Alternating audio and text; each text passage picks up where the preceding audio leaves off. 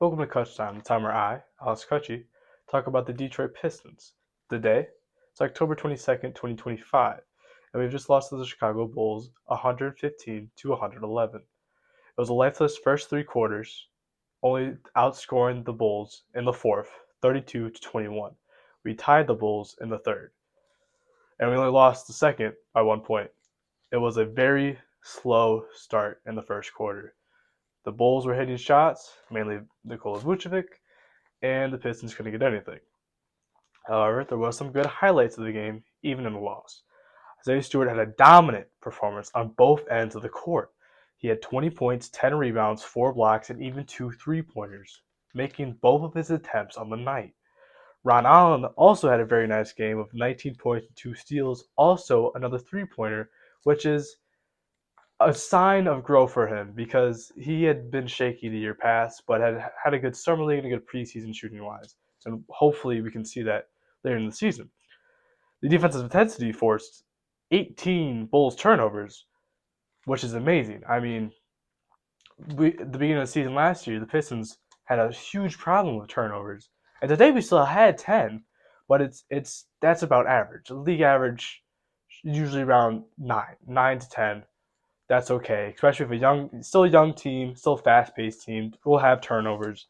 But forcing 18 turnovers is very good, especially with guys like Asar Thompson, Ron Holland, Isaiah Stewart showing up on the defensive end, giving that intensity, giving us a fighting chance when our offense took a night off. There was a lot of bad tonight. The new additions, Karis LeVert and Duncan Robinson, the only two that played tonight. They went 4 for 14 from the field. That's not good. Karis LeVert did have some points. He had a nice little couple shots in a row stretch in the third. Duncan Robinson was gone the whole night. And it definitely showed up in her three-point shooting. Not being able to shoot the three really hurt our offense. Really allowed the Bulls defense to not respect people's shots if they're not falling. For example, Duncan Robinson went 0 for 5. He was supposed to be our big shooting addition to replace this off-ball Malik Beasley shooter, to be that catch-and-shoot guy, and he wasn't tonight. He had open looks. He had contested looks too, which he took. Hopefully, he shouldn't be shooting 0 for 5 every single night. He's a good three-point shooter historically, but tonight, it was an off night. He kept shooting. He kept missing. Hurt the Pistons. Guys like Cade, he went 1 for 6. Ron Holland, he made the one three, but he shot 4 attempts. Even like Tobias and Karis LeVert, they both went 1 for 3.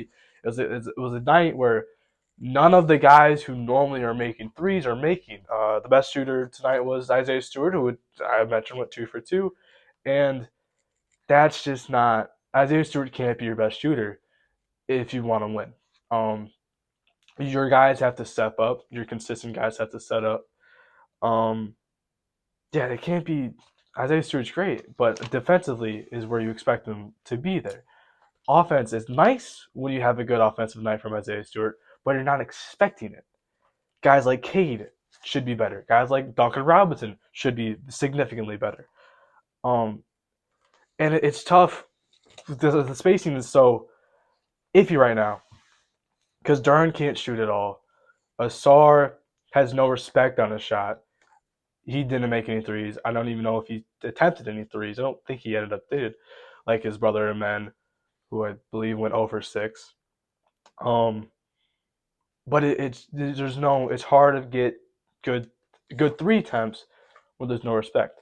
The Bulls were great from three tonight. I mean, I saw Vucevic went 4 for 6 from three, and it really showed that we still have trouble guarding the stretch big. We had the problem last year guarding the stretch big, and a lot of it was because a lack of intensity from Jalen Duren getting to the perimeter, getting the closeouts on the big.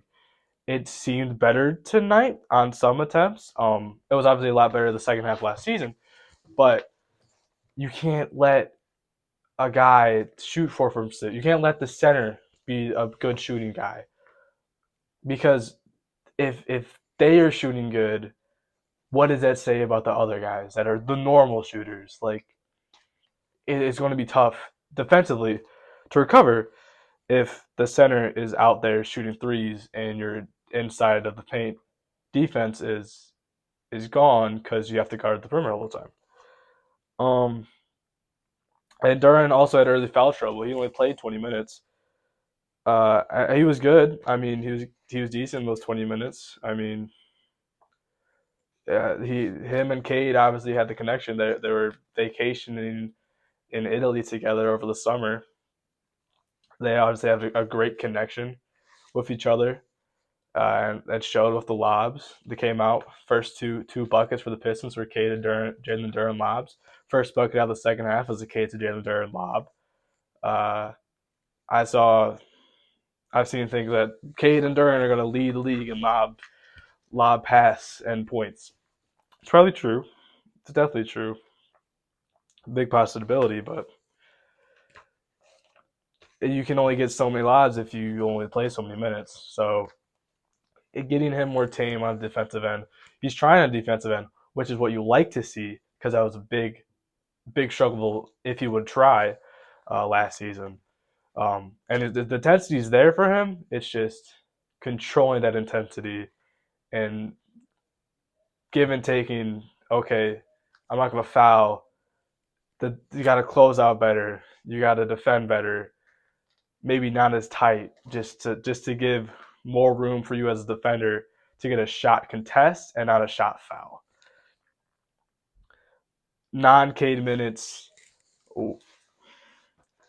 That's a big issue. That was a big issue last year when Jaden Ive got hurt, and before we traded for Dennis Schroeder. We don't have a backup point guard. And today we tried a couple of guys. Asar tried to be the backup point guard, which we saw a little bit last year. We saw in the preseason. We tried Karis LeVert, who had become a little bit more dominant when he got traded to the Atlanta Hawks. And then those two guys, I mean,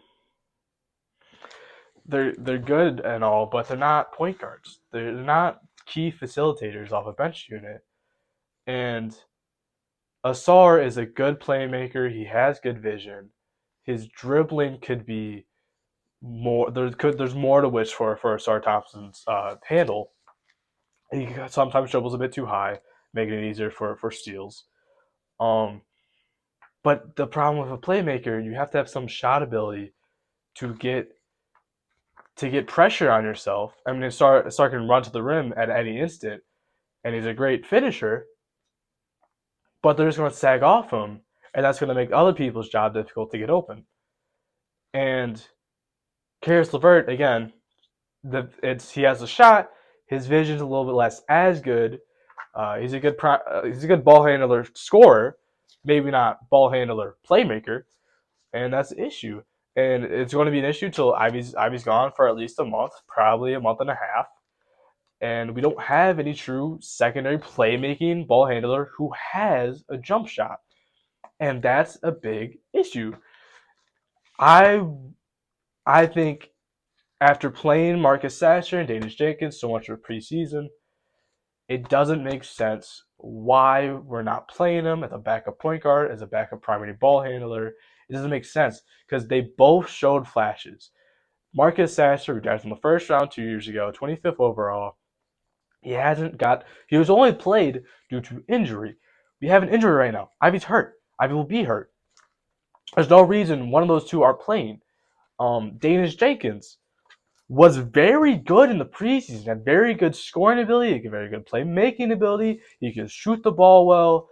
He showed everything you wanted to see from him in the preseason, and yet he can't get a single minute in what for a majority of the game was a 15-plus point game. And it just doesn't make sense. It doesn't register. Like why do we have these guys? Why do we have these two-way guys if we're not going to try them? When the point of necessary, when we need them, we're not putting them in. It doesn't make sense. And JB's a great coach, but he's a stubborn coach. So I'll see if they get played. I think they should. it was obvious tonight. We had a 9-man rotation tonight. We played 10 players. Paul Reed played 3 minutes, so he's not really a true member of the rotation. It's a 9-man. So why not make a 10-man? 10 mans are pretty common. Towards the middle of the season, most teams run a 10, unless you like to run a short lineup, which can cause further injury, fatigue. I don't. I'm more a fan of a 10-man lineup, especially if it adds a primary ball handler who has experience, at least in college, of being that guy.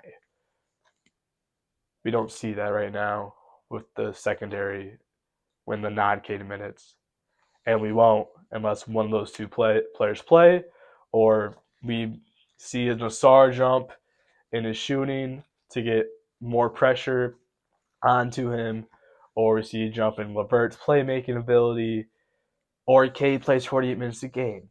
And Cade didn't. What it wasn't a good night for Cade. Cade ends with 23 points, but he had 10 points in the first 3 quarters, and that's not what you want from Cade at this point.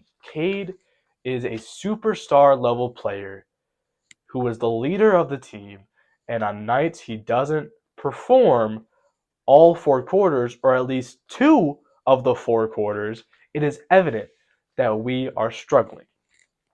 He ends with 23 points. He has 13 of the points in the fourth quarter. He goes 1 for 6 from three. The one make is in the fourth quarter. So the first 3 quarters, he was struggling. It was evident he was struggling. He was missing layups. He was missing jumpers. He was doing midi fades, and like he makes those every once in a while, but he's kind of seems like he's forcing up the shots to try to get a rhythm, and it hurt the team. And yes, he is the star player, and you need him to do well. But on a night like tonight, those first 3 quarters, he needed to take a step back. And he did get a more respectful whistle tonight, which is good to see at 10 free throw attempts.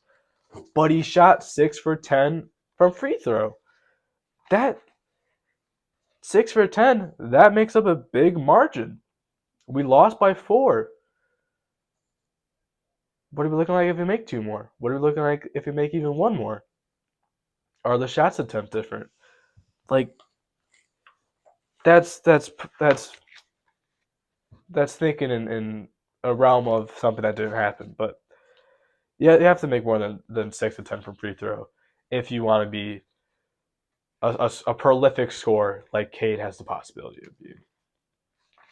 So ultimately, Pistons lost. There was flashes from the guys who usually don't see offensive nights from, and Stu and on Holland. The defense showed up in the second, and when the defense was there, the offense was there. When the offense wasn't there, it was usually because the defense wasn't there. But the defense had intensity for most of the night, especially in the fourth quarter, and the offense was just couldn't shoot the ball, couldn't shoot the ball, couldn't shoot the ball, sloppy, sloppy, sloppy, and it was just you wish better, and hopefully Pistons play Friday night. They'll go out there get the W. We'll see.